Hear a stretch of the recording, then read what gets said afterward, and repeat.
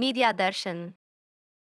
नमस्कार, सत श्री अकाल, आदाब, हेलो जनता, कैसे हैं आप सब। आप देख रहे हैं मीडिया दर्शन और मैं हूं अर्पित अरोड़ा और आज हम बात करने वाले हैं एजुकेशन सिस्टम ऑफ इंडिया के बारे में। सबसे पहले एक एक्सक्लूसिव खबर, अब तीसरी कक्षा से ही आर्टिफिशियल इंटेलिजेंस की पढ़ाई शुरू हो जाएगी। पेपर लीक को लेकर केंद्र और कई राज्यों में कानून भी बने हुए हैं, लेकिन बावजूद इसके पेपर लीक की घटनाएं बदस्तूर जारी है।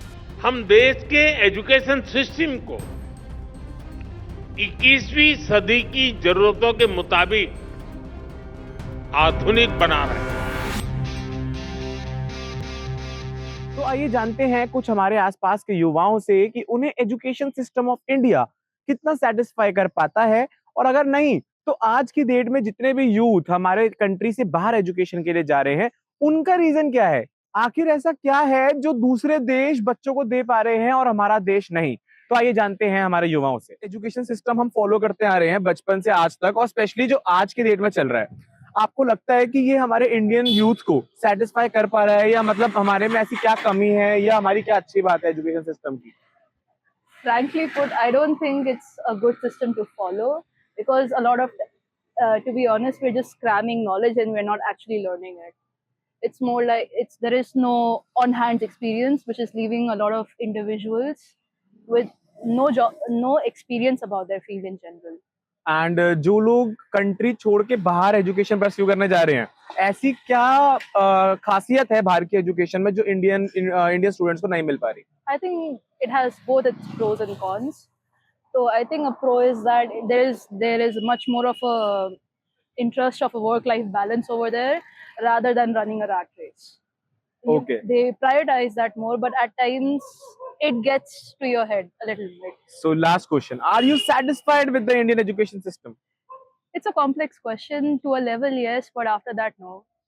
इरफान भाई, आप मुझे ये बताइए कि एजुकेशन सिस्टम ऑफ इंडिया इस टर्म के बारे में या इस पूरे के पूरे प्रोग्राम के बारे में आपका क्या कहना है कि एजुकेशन सिस्टम ऑफ इंडिया जिस तरह से रन कर रहा है, आप उस चीज से सेटिस्फाइड है कि हम जैसे पढ़ते आ रहे हैं या जो हमारी एजुकेशन है, क्या एजुकेशन वैसी ही होनी चाहिए? आप सेटिस्फाइड हैं? नहीं, हमारी एजुकेशन जो है पहले के मुकाबले बहुत डिफरेंस हो रहे हैं, क्योंकि अभी आप 7th क्लास की आप हिस्ट्री जाके देख लो, वहाँ से कुछ चैप्टर रिमूव करके न्यू चैप्टर आ रहे हैं।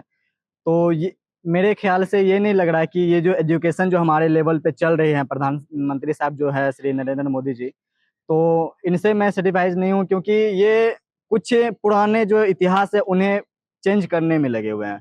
तो इसीलिए आपको मैं बताना चाहूँगा कि ये प्रॉपरली गलत है। तो जो एजुकेशन हमारी चल रही है, मतलब आपने बोला कि वो इतिहास को चेंज कर रहे हैं, तो आपको लगता है कि स्कूलिंग से सिर्फ इतिहास ही मैटर करता है? मतलब हमें और कोई स्किल्स नहीं आनी चाहिए जो हमें गवर्नमेंट से प्रोवाइड होनी चाहिए एजुकेशन के उस दौर में? गवर्नमेंट से बहुत कुछ ऐसा प्रोवाइड होना चाहिए जो कि अभी तक हमारे इंडिया में नहीं हुआ है। आप जैसे कि अभी मान लीजिए एमबीबीएस का ही फीस मैं बता रहा हूँ, इंडिया में 1 करोड़ समथिंग हो जाते हैं, ठीक है, और विदेश में आप 15 लाख में करके आ रहे हो, आप वहाँ से पढ़ के आ रहे हो, आप यहाँ पे एक एग्जाम निकालो, आपकी परमानेंट गवर्नमेंट में जॉब हो जाएगी। तो आप ये फीस मैं जो विदेश में जाके दे रहा हूँ वो जीएसटी के साथ, आप वो इंडिया में क्यों नहीं लागू कर रहे कि 15 लाख में कर ले, और सबसे जो पढ़ने वाले स्टूडेंट है जिनके पास पैसे नहीं है वो भी वो कोर्स कंप्लीट कर ले। तो आपके हिसाब से जो एजुकेशन चलती आ रही है इंडिया में, वो कहीं ना कहीं पैसों के चक्कर में भी मात खा रही है कि लोग पढ़ नहीं पा रहे, ये अफोर्ड ही नहीं कर पा रहे इंडियन एजुकेशन? हाँ, ये जो है पैसों के वजह से भी बहुत सारे स्टूडेंट है जो पढ़ नहीं पा रहे, अच्छे कोर्स जो उनकी मनपसंद लायक है वो नहीं कर पा रहे हैं, ये भी है। सबसे बड़ी प्रॉब्लम है हमारे देश में एजुकेशन का हाईएस्ट फीस। अभी पीडब्ल्यू का देख लीजिए, यूपीएससी का कोर्स आप लेने जा रहे हैं, 1-1.5 लाख से कम में नहीं मिलेंगे, ऑनलाइन आपको 7-8 हज़ार में मिल जाएंगे। आप खान सर को देख लीजिए, वो पूरे फीस 7 हज़ार तक में करवा देते हैं। तो डिफरेंस है, कोई पैसों के लिए पढ़ाते हैं, कोई पैसों के लिए नहीं पढ़ाते हैं, तो ये है। अच्छा, तो अगर मैं आपसे एक बात पूछूं कि जैसे हमारा देश जो है उस लिटरेसी रेट, आप जानते हैं पढ़े लिखों की संख्या किस तरह से गिनी जाती है? जी। हमारे लिटरेसी रेट में एक चीज है जो हम मेजर करते हैं कि जिस इंसान को अपने हस्ताक्षर यानी साइन करने आते हैं वो लिटरेट है। तो आपको लगता है कि इस प्रक्रिया के साथ हमारी कंट्री डेवलप कर पाएगी अगर इतना ही लिटरेसी रेट रहा तो? नहीं, सिर्फ हस्ताक्षर करने से हमारा देश विकसित नहीं हो सकता है। उसके लिए मुझे प्रॉपरली एजुकेट होना पड़ेगा, फिर अगर साइन करने के लिए बोले ना तो कोई भी आएंगे, वो जो आप साफ सफाई करते हैं वो सब भी आके ना साइन कर सकते हैं। तो ये मायने नहीं रखता कि हम साइन करना जान गए तो मेरे पास फुल्ली एजुकेशन आ गया, ये नहीं है। मेरा एक आखिरी सवाल, अगर आपको मैं आज मौका दूं कि इंडिया में एजुकेशन परस्यू कर लो या फिर बाहर दूसरे कंट्री में जाके कर लो, तो आप किसको चूज करेंगे? मैं विदेश चूज करूंगा क्योंकि वो अच्छे हैं इंडिया के मुकाबले। तो उमर भाई एक बात बताइए कि जैसे एजुकेशन सिस्टम हमारे इंडिया में फॉलो होता है कि schooling, then college, then graduation, masters and then job facilities, तो क्या आपको लगता है कि हमारा जो एजुकेशन सिस्टम चलता आ रहा है वो इनफ है हमारी स्किल्स एजुकेशन के लिए, हमारे जनता के लिए, यूथ के लिए? नहीं भाई, ये इनफ नहीं है, क्योंकि स्कूलिंग सिस्टम में होता है कि रटवाते हैं बच्चे से और पेपर देते हैं, मार्क्स अच्छे आते हैं तो बच्चा अच्छा है और नहीं आते हैं तो नहीं है।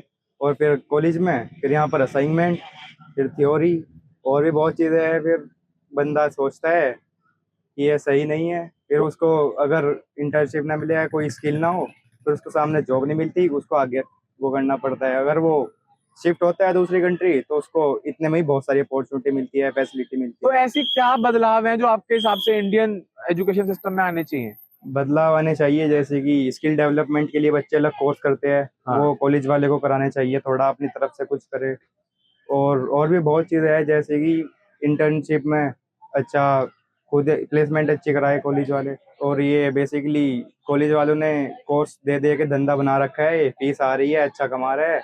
ये गवर्नमेंट को करानी चाहिए स्किल के लिए कोर्स, इसलिए बाहर जा रहे हैं, स्किल नहीं है यहाँ पे। तो आपके हिसाब से जो लोग बाहर जा रहे हैं उनको ऐसी क्या फैसिलिटीज बाहर मिल रही है जो इंडिया में नहीं मिल पा रही? उनको इंडिया से बाहर बुक्स से बाहर कराते हैं, वो इंडिया में स्किल्स देते हैं, ज़्यादातर प्रोवाइड करते हैं और प्रैक्टिकल नॉलेज ज़्यादा है वहाँ पर। और शुरू से बेसिक से चला करते हैं और एंड तक अच्छा पढ़ाते हैं बेसिक। तो हमने काफी बार सुना है कि लोग इंडिया से जो है वो बाहर जा रहे हैं पढ़ने के लिए, लेकिन कुछ लोग बाहर से इंडिया भी आते हैं पढ़ने के लिए। So this is a special bite of our program. Let's see why people come to India for education. Lubna, so आप इंडिया से ही हैं या कहाँ से? मैं तो हूँ इंडिया से, बट मेरी परवरिश एक केएसए में हुई थी, that is middle eastern country, Saudi Arabia. तो मैं Okay. बेसिकली पहले एक एनआरआई थी, बट नॉट नाउ। सो आप सऊदी अरेबिया से बिलोंग करते हैं, मतलब वहीं रहे हैं बचपन से अभी बेसिकली तक? A resident, not a citizen. Okay, you are resident of Saudi Arabia. So मेरा ये क्वेश्चन है कि जो एजुकेशन सिस्टम ऑफ इंडिया है वो किस तरह से यहाँ के यूथ को इम्पैक्ट कर रहा है, जैसे पॉजिटिव वे में भी और नेगेटिव वे में भी, कि कैसा लगता है आपको सिस्टम हमारे इंडिया का? अगर मैं अपने पर्सनल एक्सपीरियंस की बात करूँ तो मुझे नहीं लगता कि यहाँ पे कोई एक पॉजिटिव इम्पैक्ट होता होगा।